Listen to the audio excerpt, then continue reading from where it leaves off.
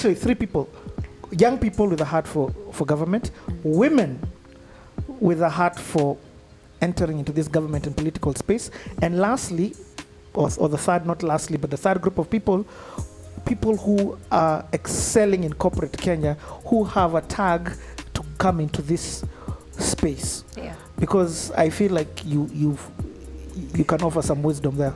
So to the young people who are passionate, I guess, for God and also would want to get into government, first of all, for all the categories, I wouldn't advise anyone to get into anything without God leading them, because you will struggle at one point or the other, regardless of how well you do. You will reach a point, it's called in economics the principle of diminishing returns. You will do well until a certain point where your grace cannot take you beyond where you've reached. So there has to be another kind of grace that excels or that takes you further than where you can reach as a human being. So to the young people, I would say there are amazing opportunities right now in government, especially because of devolution and the increased number of, because of the county governments, there's places to start. Unlike previously when we were centralized as a government, there were very few positions. In fact, all of us would know who the minister is, would know who the assistant minister is. But nowadays, you almost have to pause to remember. And if you're not in government, sometimes you may not know, because we've just become so many, because there's governors, senators, MPs, etc. But now there are many opportunities. So start somewhere and then build your network and build your process, I would say, with God, but also just build your skills and your competency and get to know government. Because government is an animal, it's huge, but then you have to figure yourself through the process. To the women, I'm excited about the number of women who've gotten into this particular government, especially through elective position as opposed to nomination. It says something about our country and where we're headed so far, or rather right now. I would say that, especially for the governors, the number of women governors that I've gotten there, having worked with a female governor who was one of the first, and a first in many ways. Who was the governor? Did we have a female governor before? No. We didn't, huh? No. So, I mean, it was a learning curve in so many ways of just sort of like trying to navigate a process that was largely men, and then being able to learn through, how to mainstream or gender mainstream that whole process and all that. So for the women, I think that there's a lot of warming up now to women leadership. For the ones who've gotten in, I would say you have to be able to give Kenyans a reason to vote for more women. Let them see the alternative, because it's one thing to say let's vote for women, but sometimes the ones who are already there, you have to demonstrate what you can do as a woman leader, so that your gender is never the issue when it comes to voting. The young people are open to voting, but then we need to also give them a reason to be able to see you're a role model that can actually influence and do better, and sometimes even better, or do what men can do, and sometimes even better, because I believe that that's possible. And just staying on the subject of women, many times we've been constricted to a certain definition of who we are supposed to be or how we're supposed to be, because of how society has defined the female. But I believe that one of the greatest secrets that is yet to be discovered is the actual female who's been restored, and a woman who actually understands the original intent that God had in his mind. For God to say everything was perfect and everything was good, and then he still says, but I still need something else, and introduces the woman. But that woman did not live up to the standard that was expected of her because of the, like we say, the desire and the door that was open for darkness. It means that there's still a version of a woman that is supposed to be revealed. When you look at Adam, and I'll come back to the last category of people, to the men, we'll get to that, or to the professionals who want to get into government. When you look at Adam and what he had done, by the time God is entrusting a man to be able to name animals or to give identity to beings, there's a certain level he's operating at. And so the woman, when she's introduced as a helper, she's supposed to top it up. She's supposed to bring and introduce something else beyond what the man can do. But that potential, I believe, was curtailed in the garden because of what darkness saw, or because of what Satan saw the woman is capable of doing. So she was reduced, in my view, reduced to like just an animal, in terms of reduced to just being one that just gives birth, like just for the sake of. Unless you introduce God, let me just clarify that it's, scripture says she became a living being. But there's a point where you can get to where you become a life-giving spirit, in the sense that you now connect with the mind of God in a way that you're able to introduce his mind on earth. And that's a place that I feel like women ought to aspire to get to the point where we've seen what men can do, and there's a reason why they're always considered the preferred or the ones that have attained to certain positions before women get there. But it's because there's still an awaited version of women that are supposed to now be revealed or made manifest. And that's a whole different subject that I think is important for any woman, regardless of whether you know God or don't, should be able to understand.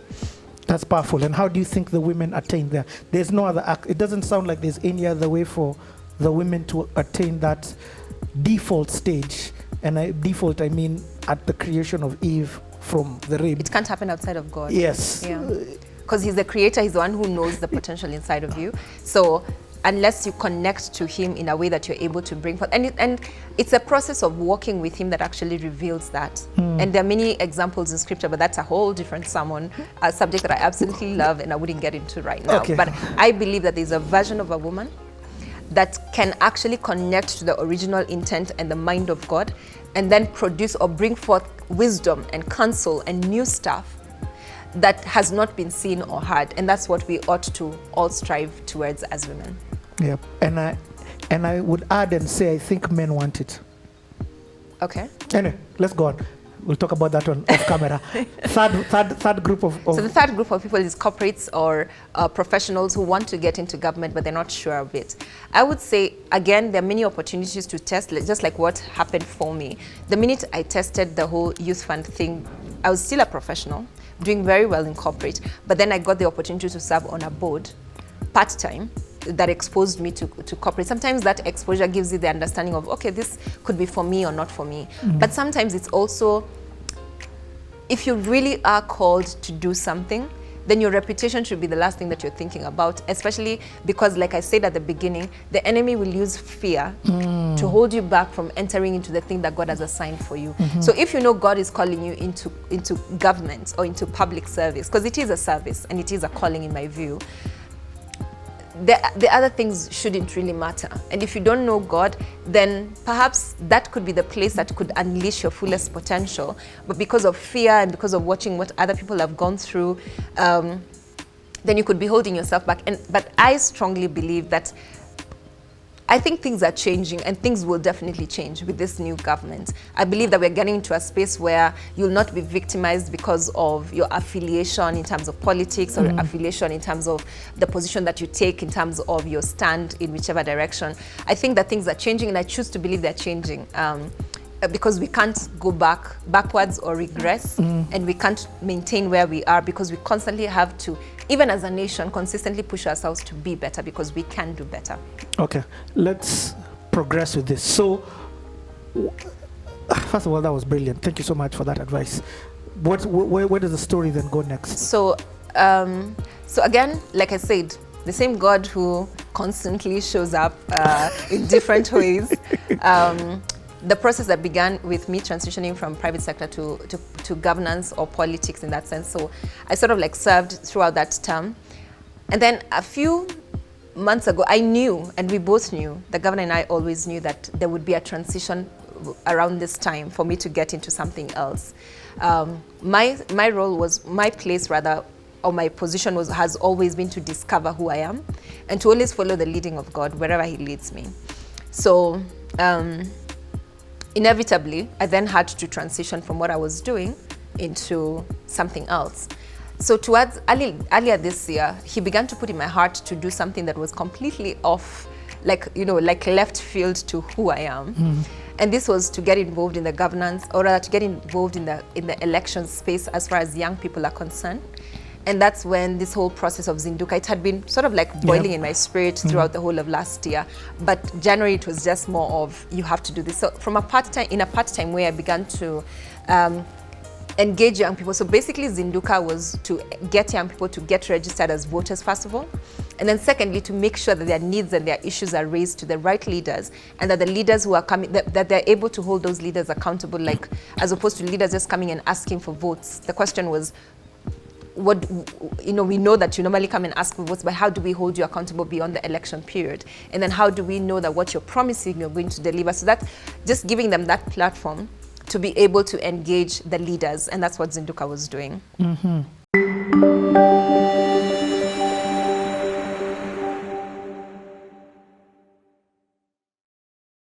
So my name is Amisa. I'm a mental health by profession. I'm a counseling psychologist. I'm also a master's student doing public policy and management. And my issue today is to talk about mental health state of the Kenyan youth. Most of us here, we have experienced different mental health challenges. Sometimes we are depressed, sometimes we are stressed, sometimes we have different mental health issues that we don't know how to go about it. And yes, the government has done a lot of things. Recently, we saw the president coming up with breaking the groundbreaking of Madare Mental Health Hospital. We have the mental health bill has been passed.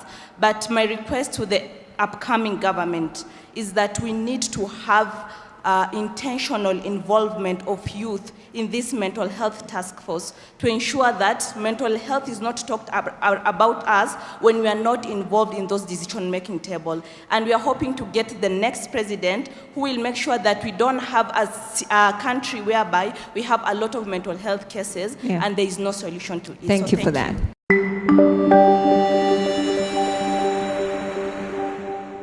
So I did that for a while. So first and foremost, let me just say, that shocked me. Because knowing you, even your social media, I think, has 2 pictures. Like, well, not 2. Then you've done better now. Like, getting in front of the camera, even coming to CTA. Yeah. It's this, all the time I've known you, this was not even on the table. You get what I mean? I was very comfortable in the background. Yes. Pushing paper, just doing my work Yeah. incognito and just focused on what needs to be done. Even if guys see the governor, you're not there.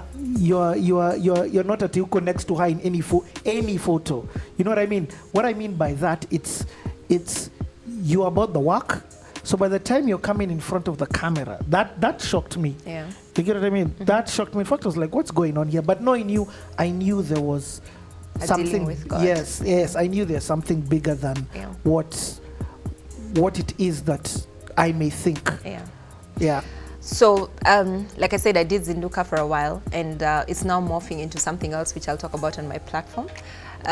So guys can right now go and subscribe to Zinduka. Yes, Zinduka Kenya on YouTube, on Facebook, and on Twitter. Okay, what does Zinduka mean? Awaken, come alive. Basically, Isaiah 60, arise and shine. Like your opportune time has come and all that. Yeah. Okay. Noted. So I knew that God had begun to quicken my spirit about a transition, and so I was doing this part-time so that I can be able to transition into what he wanted me to, because also this was like something that he placed in my heart to do. And at the same time, there was now an introduction of something that I called Jacob's Ladder, which was an organization that I formed, which is more focused on climate change in terms of getting young people to take advantage of the opportunities in the green economy. And climate change basically is an amazing opportunity that Africa needs to take advantage of, but is little spoken about and little known by especially young people. But there's a lot of not just job opportunities, but employment opportunities in terms of actually creating employment. There's a lot of innovation that can happen, but that's only to people who know about it. And so I co-founded this organization to basically get young people to get to know about the opportunities in climate change, and then to get them to have the right skills to be able to take advantage of those opportunities. So we're developing a curriculum, we're having grassroots organizations. We've done a baseline survey because I believe in data in terms of using data to intervene and address issues that are actually tangible. So we're doing a lot of stuff, and you can check out all that stuff on my LinkedIn page. Okay. Is there a website for that right now at the moment? Yes, www.jacobsladder.africa. Africa. Who's your co-founder? She's called Bilhan Durango. Yes. Someone you should have on CTA, I know. By the way. Bilhan is a mover and shaker. She's a mover and shaker. She's definitely a mover and shaker. I know a lot about her. Excellent. Yes. So that's where I am right now. And like I would say throughout my whole story, the one thing that will not change regardless of where I go is the assurance that God is doing something with me and has continued to build that story. I'm also discovering as I go along. So I'm excited to see what the next chapter of my life will be.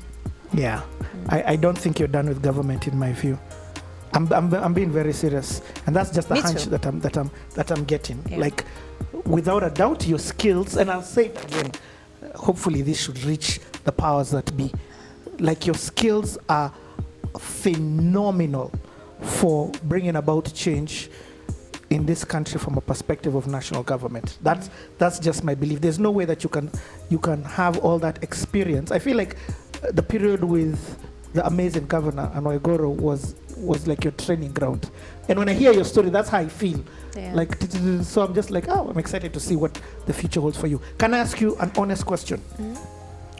What's the state of corruption, and is there hope for dealing with it? Having an interview about government and not bringing up the conversation around corruption, it's difficult to have that in Kenya. It feels like I'm almost leaving something under the mat unswept. And I'm speaking from your lens, the lens that you've got, probably working with national government, working with county government, working with Kenyans, because a lot of sometimes we blame the leaders, but us guys are the same guys who are hungering or giving chums to the policeman, or buying these parts free because I can evade tax. I just want to understand it from your perspective in terms of where this country should be and that conversation. Isn't it funny how we speak about corruption and it's always about in the context of governance or public sector?